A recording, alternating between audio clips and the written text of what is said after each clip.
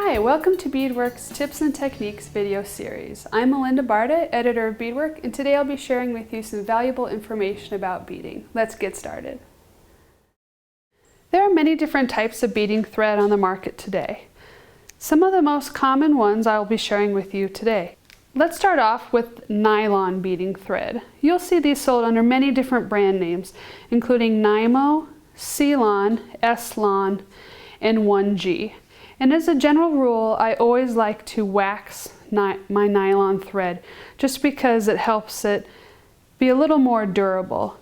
And I also like to work with shorter lengths of thread because if you're working with very long lengths of nylon thread and you're passing through beads several times, it can wear on it and even cause some of them to fray. Your choices for waxing your thread are also plentiful. Here is a thread conditioner. You'll see it sold in a little blue box, and it's a synthetic thread protectant. And when waxing any thread, you simply just run it through the conditioner by sandwiching it between your finger and the material. And I like to do that up to 2 or 3 times. And if you have any residue left on the end of your thread, before you start beading, you can also just run it through your fingers a few more times. There's also beeswax, and then a more synthetic kind that you'll find sold sometimes in these little containers at your local bead shop.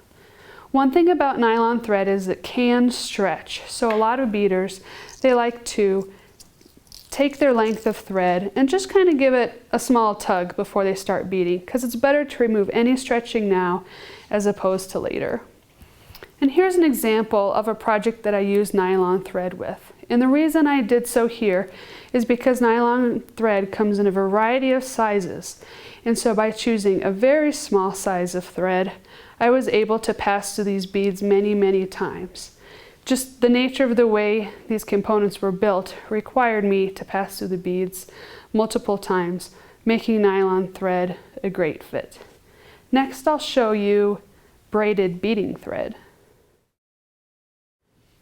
This thread is generally called braided beading thread because of the way it's made.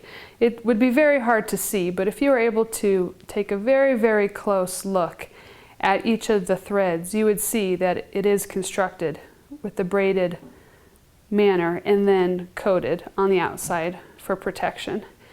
So this is the Fireline brand, and this thread comes out of the fishing industry because it was first used exactly for that purpose, for fishing. And another brand is Power Pro, which is also a braided thread which is used in fishing as well. And they come in a wide variety of sizes, and you'll see them often sold by their pound test, so how many pounds of pressure they can withhold before they break. And so for Fireline, the most common is a 4-pound or a 6-pound test, but you'll also see it available in 8-pound, 10, and even as strong as 20-pound test. And for Power Pro, it varies from 10 to 30-pound test. And even if you have really sharp embroidery or beading scissors, sometimes it can be hard to get a really clean cut. And believe it or not, these very affordable children's scissors are really good at cutting Fireline thread.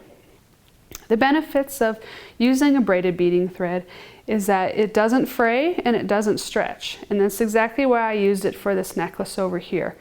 It's very strong, it's small enough to fit through size 11 seed beads, and like I said, it won't stretch, so this necklace won't lose its shape and you won't have threads exposed over time. And another type of synthetic thread is called thermally bonded thread, which I'll be showing you next. The thread shown here is called thermally bonded thread, and it's a synthetic thread that is very nice because it has near zero stretch and it is very sturdy and strong. And I like it because you can see that it has body to it. It's actually a little stiff, and I think that helps really make your projects hold their shape, especially if you're stitching with tight tension. All of the pieces here were made with this thread, And you can see that this rope really just has a nice sturdy structure to it. It doesn't go loose or limp over time. And same with this cuff. It really has a nice solid structure to it that I think is attributed to using thermally bonded thread. One thing is that it doesn't come in the number of colors that the nylon thread we saw before does. It only comes in 3 colors, but it does come in 2 sizes. And when threading your needle with it, if you kind of just pinch the end of this thread, or you can even flatten it between your teeth, it really helps you when you're threading the needle. And I like how it does take on that kind of flat shape at the end. Next, I'll show you a beading cord. The beading cords seen here are most often used in projects like bead crochet. This bangle made by Julie Harper is made with a thicker cord like the threads shown here. For example, this Ceylon bead cord, you can see that it has more body to it and it's thicker, so you would want to use it with larger seed beads. Size 11 seed beads will work with this, but a lot of bead crocheters like to use even larger beads. And what all these threads have in common is that they are more than 1 ply. So they're actually 2 threads that are twisted together to create each of these cords. And they're also often used in macrame. So back to this spool, this was the Ceylon bead cord, but you'll also see other brands such as Conso. And here is another brand made by Toho. Now this one here is a silamide beading thread, and it's a pre-waxed twisted 2-ply thread that it's a little larger, a little stiffer. It does feel more like a cord. It was originally used by tailors and dressmakers, but has now become quite popular in the bead market because of its durability. Next, I'll show you a monofilament cord. The last type of thread I'll be showing you today is this monofilament. And you can see that it has its own structure. See, it wants to coil up and curl around. It kind of has a body of its own. And because of that, a lot of people like to use it for 2-needle right angle weave.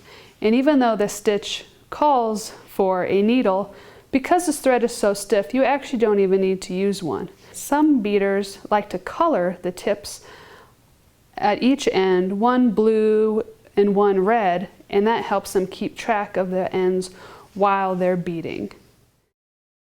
So as you can see, different projects call for different kinds of threads, and these are just a few of the most popular ones that you'll come across when shopping at your local bead store or picking out a project from your favorite books and magazines.